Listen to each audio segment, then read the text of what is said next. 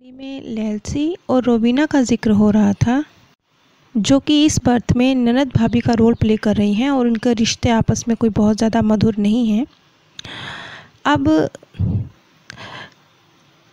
रोबीना जैसी ही एक और आत्मा, जो कि लेल्सी के सहेली के पति के रूप में है आज इस बर्थ में, उसकी ऊर्जा भी रोबीना की ऊर्जा से बिल्कुल मिलती जुलती है। मतलब जैसे रोबीना का नेचर है थोड़ा टीका टिप्पणी करने वाला, मीन मेख निकालने वाला, कुछ इसी तरह का रोज़र का भी नेचर है, जो कि उसकी सहेली मेगन का पति है।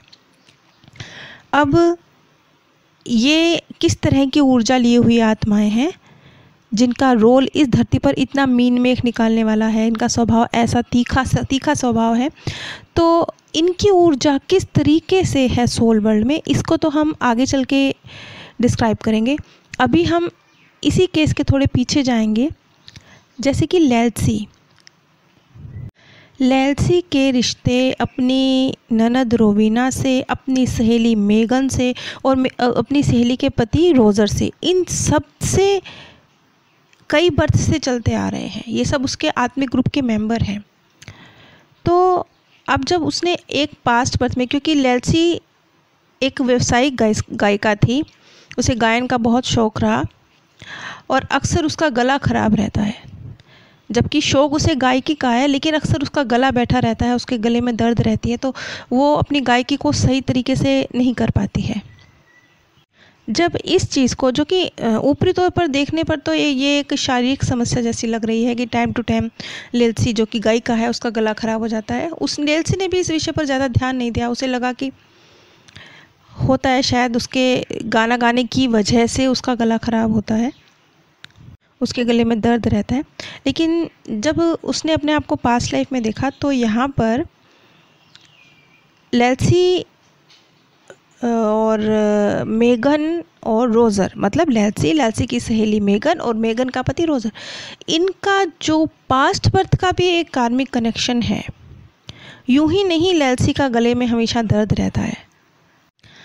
अपने पिछले जीवन में मेगन, जो कि इस बर्थ में लेल्सी की सहेली है, वो उस बर्थ में लेल्सी की छोटी बहन के रूप में थी और एक छोटी बहन के रूप में, क्योंकि लेल्सी अपनी छोटी बहन मेगन को बहुत प्रेम करती थी। लेकिन लेल्सी के और मेगन के पिता, उन्होंने मेगन को, यानी लेल्सी की जो छोटी बहन का रोल प्ले कर रही थी उस बर्थ में मेगन, उसको ज़बरदस्ती एक बहुत अमीर लेकिन बहुत ज़्यादा घमंडी, झगड़ालू, अधेड़ उम्र के इंसान के साथ शादी करने के लिए मजबूर कर दिया। और वो व्यक्ति कोई बहुत अच्छे स्वभाव का नहीं था। वो मेगन को पीटा करता था, उसे प्रताड़ित किया करता था, उसके साथ उसका व्यवहार बिल्कुल अच्छा नहीं था। वो मेगन को प्रेम कम करता था और उसे चीज़ समझ के यूज़ ज़्यादा करता था।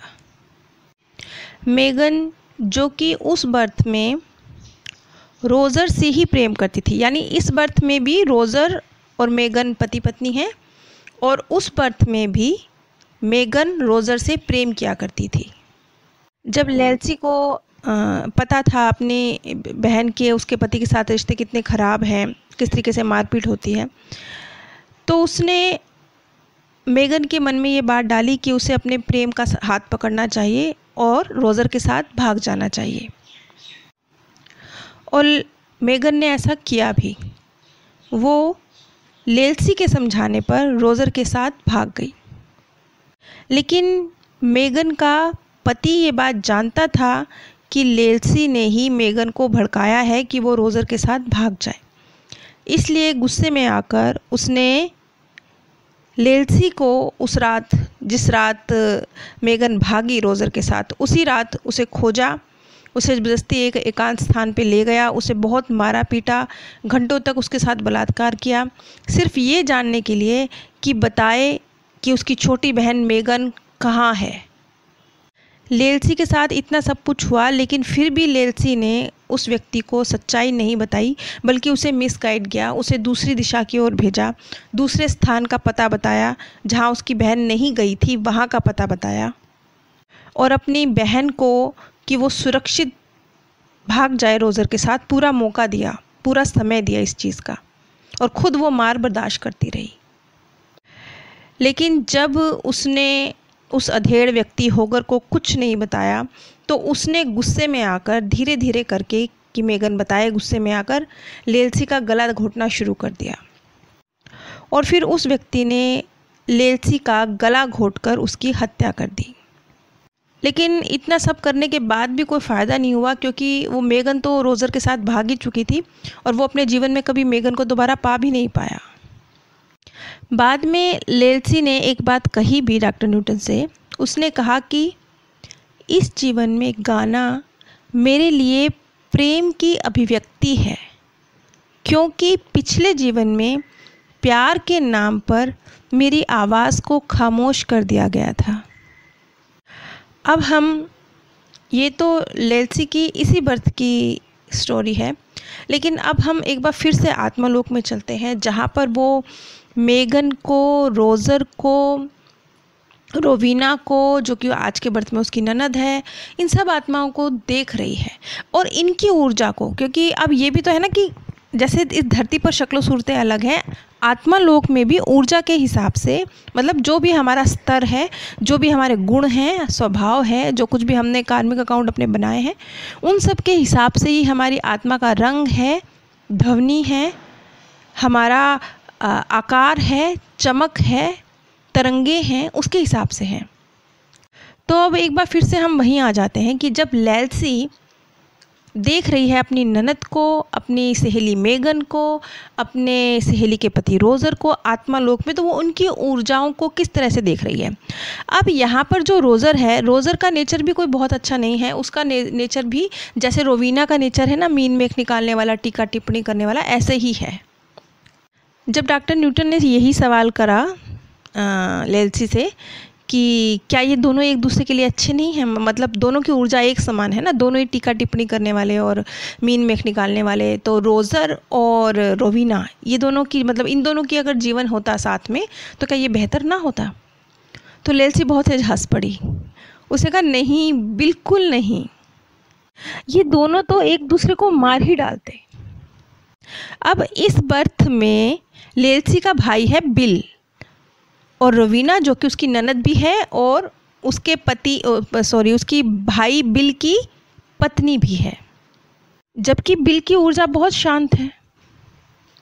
बिल की ऊर्जा कैसी है? बिल की ऊर्जा है बहुत एक विश्वसनीय व्यक्ति, उसमें सामंजस्य करने की कला है, किसी के साथ एडजस्टमेंट की कला है उसके अंदर। अब यहाँ पर ये तो जो मैंने आपको नाम बताए हैं, ये मैंने इस धरती पर जो इन व्यक्तियों के नाम हैं वो आपको बताए हैं, लेकिन आत्मालोक में जैसे हमें पता है ना हमारे आत्मिक नाम अलग होते हैं, तो इन सब के नाम स से शुरू होते हैं।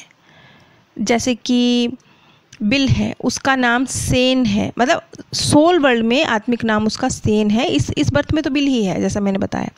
इसी तरीके से सबके नाम, रोवीना का सायर है रोवीना का नाम, तो इस तरीके से जैसे कि रोज़र का नाम शैत है, मतलब कुछ इस तरीके से जो इनके आत्मिक नाम है ना, इन सब में स की साउंड आती है।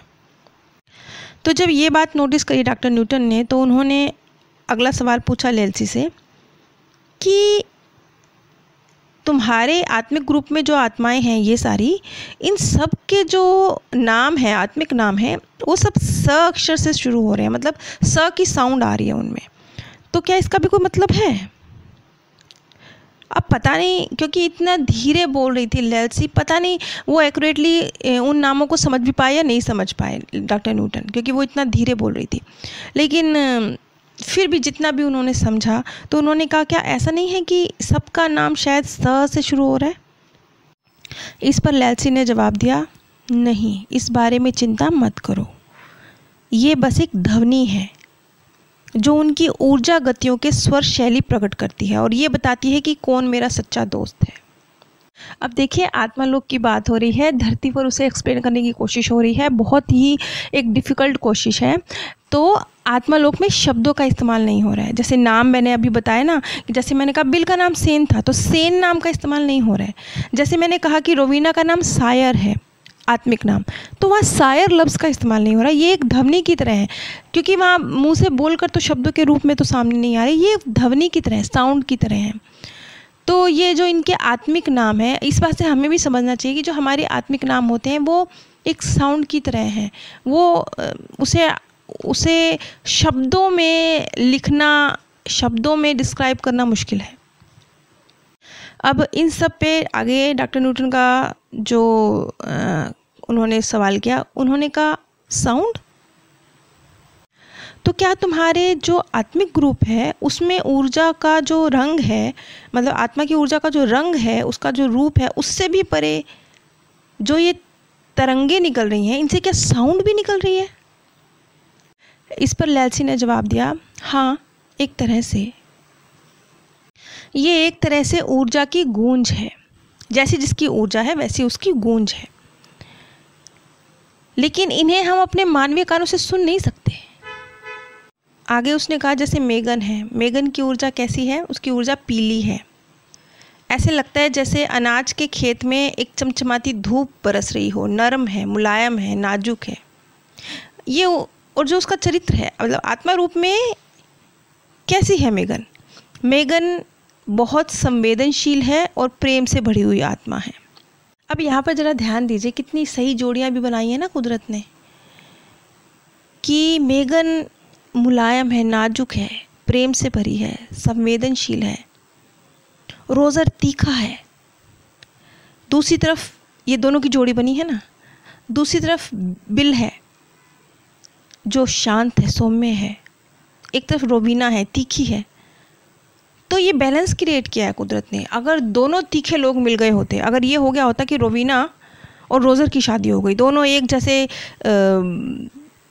क्या कहते हैं, खड़खड़ाती ऊर्जा के साथ कुछ, अब मानवीय शब्दों में कहे तो जैसे लड़ाके किस्म के व्यक्ति, तो उनकी कभी बनती ही नहीं, वो रिश्ता आगे बढ़ता ही नहीं। दोनों एक दूसरे के जीवन में एक पॉजिटिव रोल प्ले ही नहीं कर पाते, एक दूसरे को सिखाने का।